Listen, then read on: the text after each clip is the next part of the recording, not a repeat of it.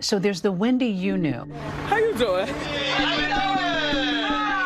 And there's the Wendy that we're going to see in this documentary. My real name is Wendy Hunter. It's not a very pretty sight. It's not. To see her go from that to that, for you as somebody who looked up to her, what's that like for you? Hard. I think that people are going to see this documentary and it's going to be a departure from the Wendy that everybody has known. Alex Finnie, the niece and goddaughter of talk show icon Wendy Williams, speaking out about her aunt's private struggle. I feel like I've been living in this secret bubble for a very long time. Most people know Wendy as the larger-than-life, self-proclaimed queen of all media, host of her own namesake daytime talk show, The Wendy Williams Show. No celebrity off limits during her scorching hot topics. Mariah, I don't know who you think you're fooling with this one. And that signature catchphrase. How you doing? How you doing? How you doing? But a new Lifetime documentary, Where is Wendy Williams, revealing the different Wendy family and those closest to her knew in the years following the cancellation of her television show. Lifetime's parent company now the target of a lawsuit just days before the documentary's premiere on Saturday. The company telling ABC News in a statement, Lifetime appeared in court today and the documentary Where is Wendy Williams will air this weekend as planned. Did you see a neurologist to find out if I'm crazy? In it, viewers will see a shocking portrait of Wendy as a lonely, agitated woman. I have no friends. You know how many people come out to support you? You know how many people love you? No, I don't. You are bigger than this. You are better than this. You are smarter than this. You are stronger than this. Facing low moments, including excessive drinking. Did you drink this whole thing today? Fits of anger. Go! Drive! I have no idea where we are. And bouts of incoherence. I think she's losing memory.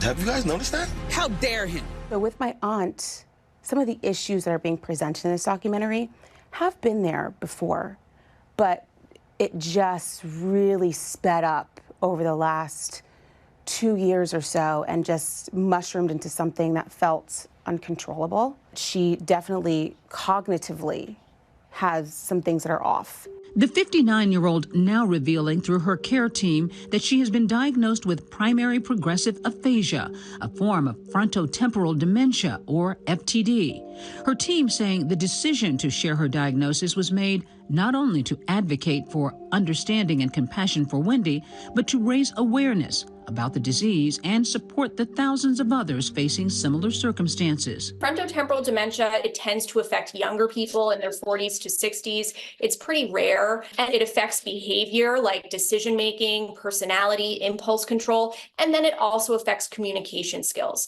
But most patients will have a mixture of behavioral and language symptoms. Bruce, this way, please. This way. Golden Globe-winning actor Bruce Willis, an action star famous for the Die Hard franchise, also diagnosed with aphasia in 2022 and later FTD in 2023, forcing him to step away from his career in Hollywood. I have to really give both Bruce Willis and Wendy Williams a huge amount of credit because what they have each done is been open about something that is not a glamorous diagnosis. These are not easy symptoms to talk about. For them to open up that discussion and allow people to learn about this disease is such a gift, and it's so important. Alex sat down with me to talk about the documentary just before her aunt's diagnosis was made public. Your aunt is known for her sizzling hot topics. There are probably some people who don't feel the most sympathetic toward her right now. Is that hard for you, hard for her, to know that some people think the woman who went after other people is now dealing with her own life of a hot topic? I don't think that it's really hard for my aunt. I think she knows the bed that she made. And so you got to lie in it sometimes, right, when it comes to the court of public opinion. And she's used to that. I also understand that everybody's entitled to their opinion. And my aunt was in a very controversial lane. At the end of the day, she is a person, and she doesn't deserve to be suffering the way that she's been suffering. The documentary project initially setting out to capture Wendy Williams' career comeback. Showtime. But instead appearing to chronicle her cognitive decline. It is heartbreaking. Some people are going to look at this and say, this is exploitation. She's being exploited. How could they do this? Right. What do you say to that? You know, and I understand that some people look at it and think that. But I will say this, first and foremost. My aunt is the executive producer of this documentary. And when I finally talked with her and I said to her, Aunt Wendy, why do you want to do this? She said, now is the perfect time because I want to take ownership of my story. But does she have the capacity to take ownership of her story? Does she really know what she's doing, in your view? I think that it comes in waves. And even in the conversations that I would have with her, right? Like that conversation was crystal clear when I said, why are you doing this? And she said, I want to tell my story. That conversation was crystal clear. Owning her story has always been part of Wendy's brand. From 6 years old, all I wanted was to be famous.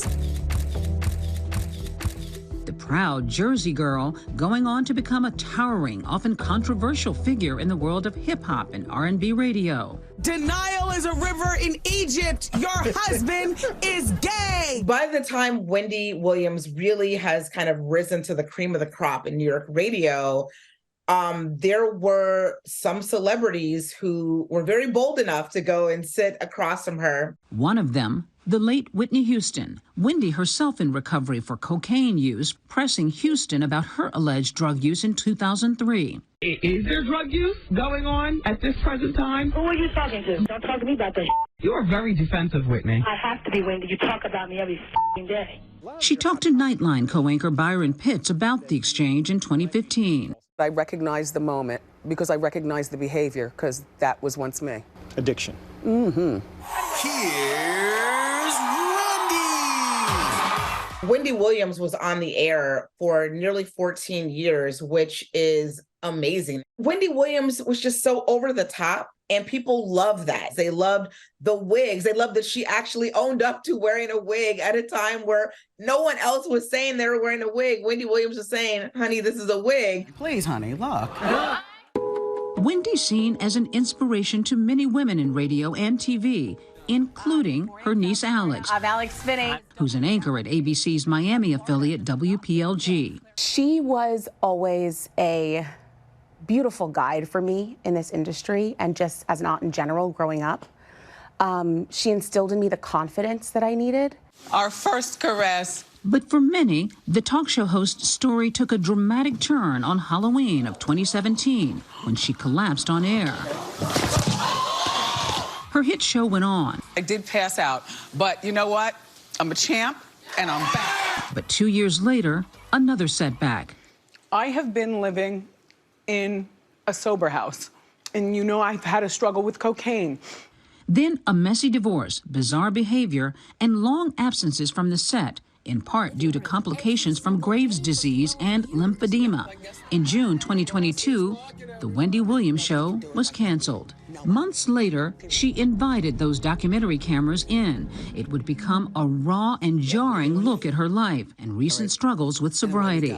So you think you're perfectly fine having as many drinks as you want? Perfectly. Okay. But I'm just gonna put it downstairs to keep it cool. Keep it there. Okay. Keep it there. Is she an alcoholic? So in terms of being an alcoholic, I don't want to categorize her because, you know, I'm not a medical professional, but there's something wrong that is beyond just picking up a bottle and not being able to put it down. The sealed lawsuit against Lifetime's parent company brought on by her court-appointed guardian, a New York judge appointing the guardian to manage Wendy's health and finances in May of 2022. A guardianship, as they call it in New York, or a conservatorship, as they call it in other parts of the country, like California, is where a court appoints either a person or an organization to handle the needs of an individual who cannot do it for themselves. It can be as broad or as narrow as that person needs. The action coming after her bank, Wells Fargo, claimed in court documents that Wendy was an incapacitated person and a victim of undue influence in financial exploitation. Well, why can't you access your money right now? That seems really unfair. I have no idea. One judge and 3 doctors say my money is still stuck at Wells Fargo. And I'm going to tell you something, if it happens to me, it could happen to you. There was talk that Wells Fargo got involved in this because they thought either her son, Kevin Jr., or somebody was taking advantage of her financially. Yeah. Do you know that to be true? So I personally have not seen family taking advantage of my aunt's money. I haven't. Have you ever taken money from your mother's account? Not without her consent. Wells Fargo telling ABC this matter was conducted under seal. Any claims against Wells Fargo have been dismissed. As her family, we were all sitting on the sidelines watching. And I miss my family. I'll be there. Please be here. People will look at this documentary and wonder, where's her family? How come family's not there saving her? Because family was shut out. you had people in the family from the beginning saying that we would take responsibility with regard to guardianship and personal needs to ensure that she was healthy. Wendy Williams' family saying they have only been able to receive limited contact from her since she entered a treatment facility last year. As a family, we have been kept out of a lot of details. The location in terms of where she is, we don't specifically know. So you don't know where she is? No. Her guardian has not released that information to us. I haven't seen her in about 9 months.